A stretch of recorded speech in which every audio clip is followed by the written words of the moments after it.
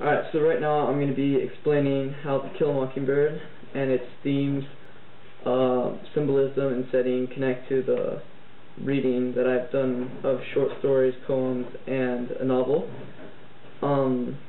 First of all, the key theme in To Kill a Mockingbird is that there's racism and stereotypes in the world that cause certain thoughts of people to be completely incorrect and unjust.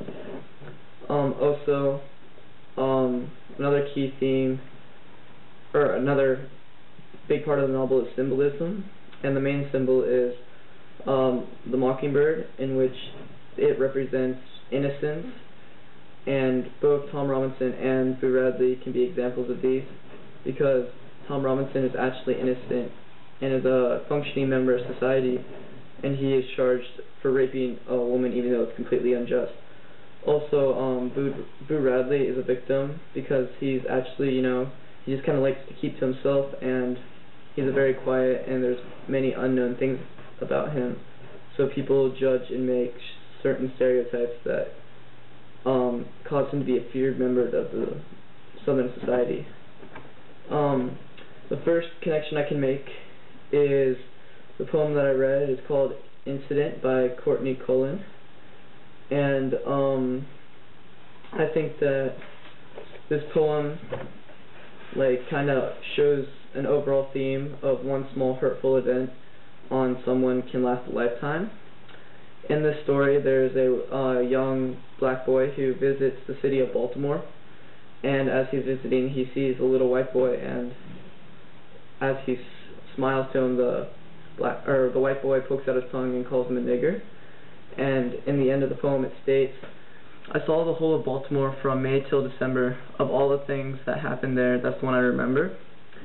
This this helps support the overall theme, and I believe that I can connect this poem to the symbolism of the mockingbird in To Kill a Mockingbird, because the narrator, in fact, himself is a mockingbird, because he's just an innocent little boy who's, kind of traveling the city, and he becomes a victim of racism as, he's just, visiting, so, And then, also, another connection I can make is to the short story, After You, My Dear Alphanos, by Shirley Jackson.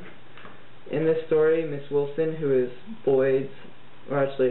in the story, there's a young black boy who's friends with a young white boy named Boyd, and he brings him over to his house, and his mother, originally, because he's black, has mixed stereotypes and thoughts about him.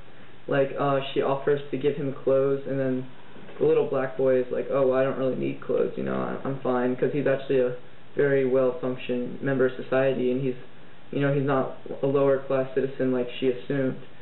And this kind of shows that although she's never even met the guy, she already has stereotypes because of his skin color. Okay, so finally, the last connection I can make is the novel that I have just finished. It's called Brown versus the Board of Education, and it's I can connect this to both the setting and some of the characters. The characters is Oliver. Originally his daughter is denied access into a white school, but he then takes the case up to Supreme Court, where eventually it's found that it's not right. And I can connect this to Atticus and how he battles for the Tom Robinson, and how he's actually not guilty of raping Mayella. And also I can connect this to the setting, because it's in Southern black, about 1960. There's still a lot of bitter feelings toward black people, and I can also this connects to Maycob, because it's also the same setting, hatred towards black people in the 1960s, and then I'd say it's more like the 1930s, but